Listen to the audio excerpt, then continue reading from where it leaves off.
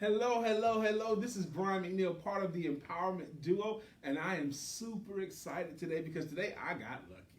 Oh my goodness, I got a chance to sit with history, sit with living, breathing history. I have learned so much this afternoon that I'm going to share with you.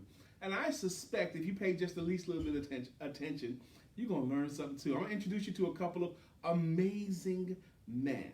Right now, I'm actually sitting in the Hemby Bridge Fire Department, which is in Indian Trail, North Carolina. And to my right here, this handsome young man, his name is Mr. Willie Tobias. He's the former fire chief here in Hemby County, and he is the first African American fire chief here. He's been with the fire department for 52 years, I believe is what he told me. 52 years. So, Mr. Henry, I'm going to give you a chance to introduce yourself however you want to first. Well, Yes, you can say whatever you want. Introduce yourself. How do you like to introduce yourself? hi, I am Willie J. Tobias, Senior Uh-huh. of the Henry Bridge Volunteer Fire Department at the time that it was organized, but now it's just the fire department. That's right.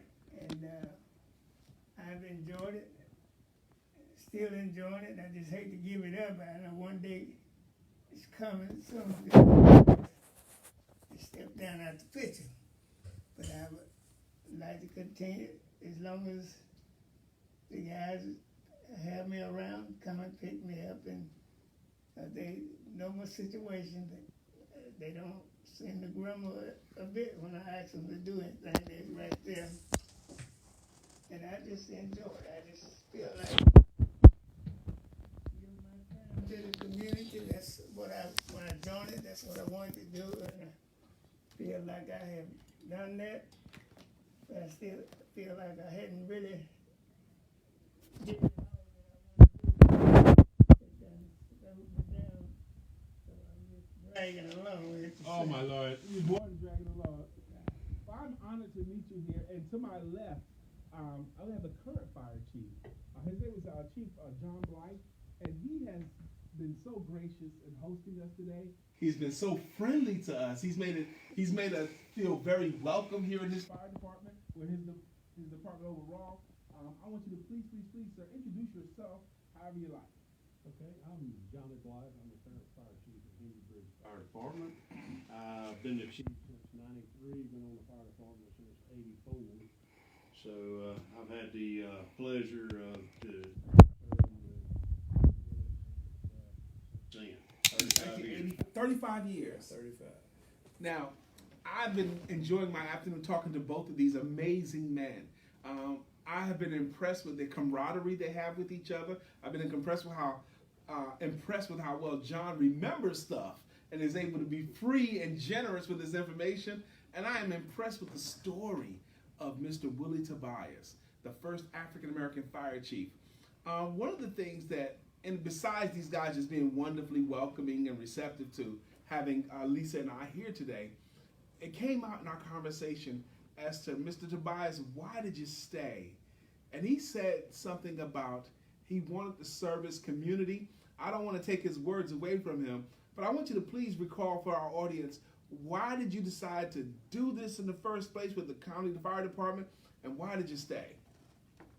Because when I first joined, it wasn't my intention of joining the fire station.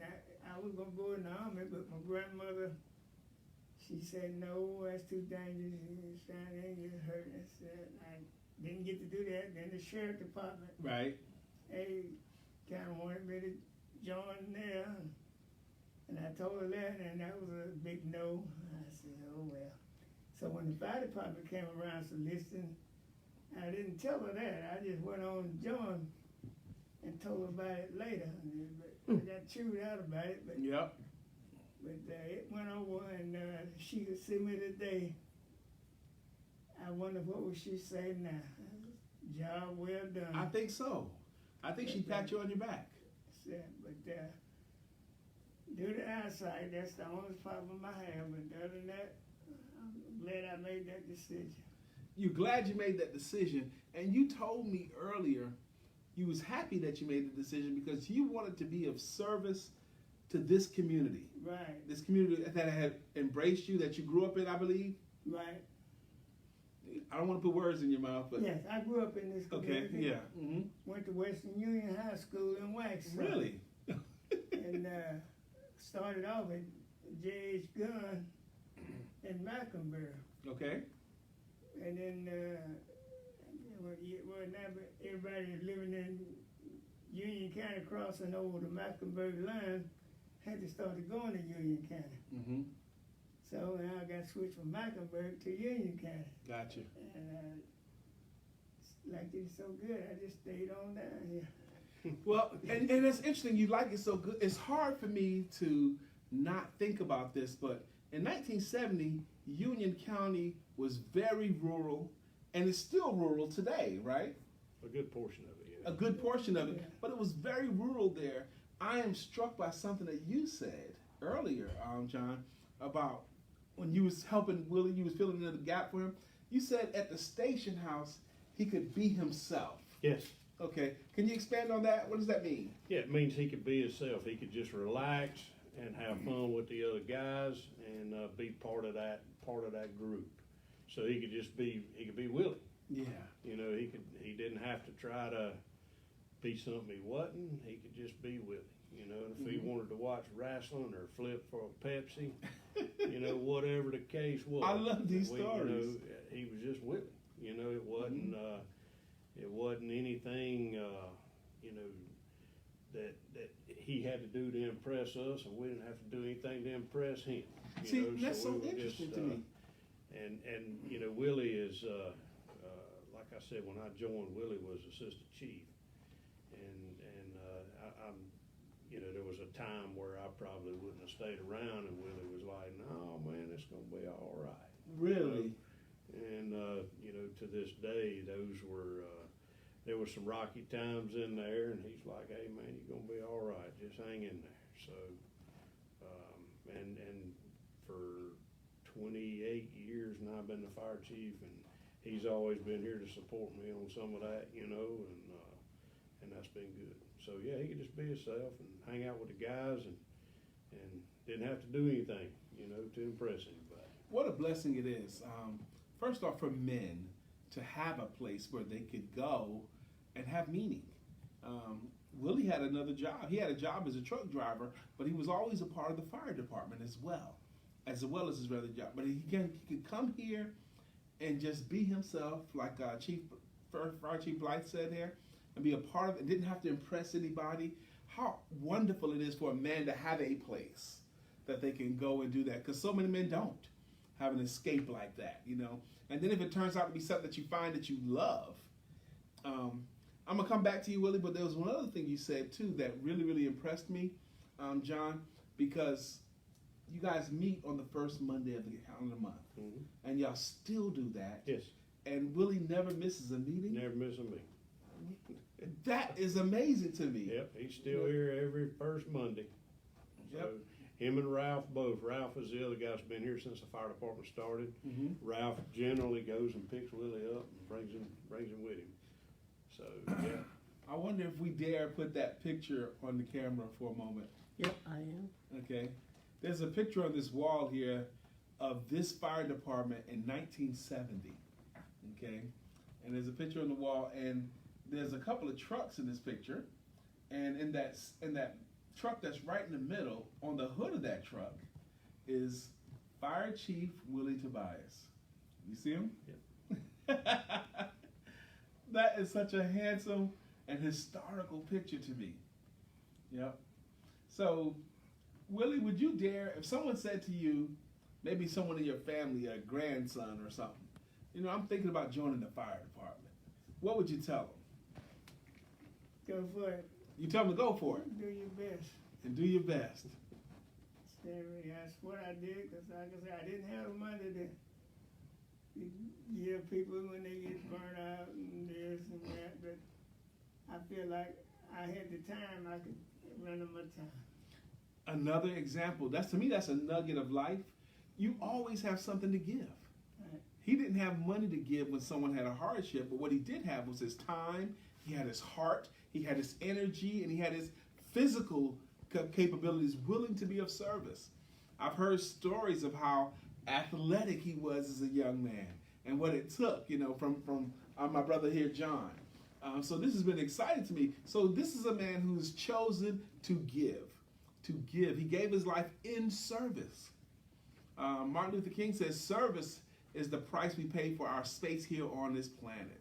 That's our price, the service that we give. Who did you help in your life? Is largely has something to do with how happy or sad, successful or unsuccessful you are, is who did you help? And this young man has helped a few people. Would you say you've helped a few people in your life, sir? Yes, sir. And I get the impression from what John just told me, you're still helping people. Because if someone asks you something, you could be a mentor because you've been through it all. Been there, done that, got the t-shirt and the hat. Mm-hmm. Yep. So I want to go back to my brother John here. So overall, you obviously have a close relationship with Mr. Tobias here. But overall, your career in the fire department, if you had it to do over again, would you have started it at all? Oh, yes. You would? Yes. Why? Man, it's been a great ride.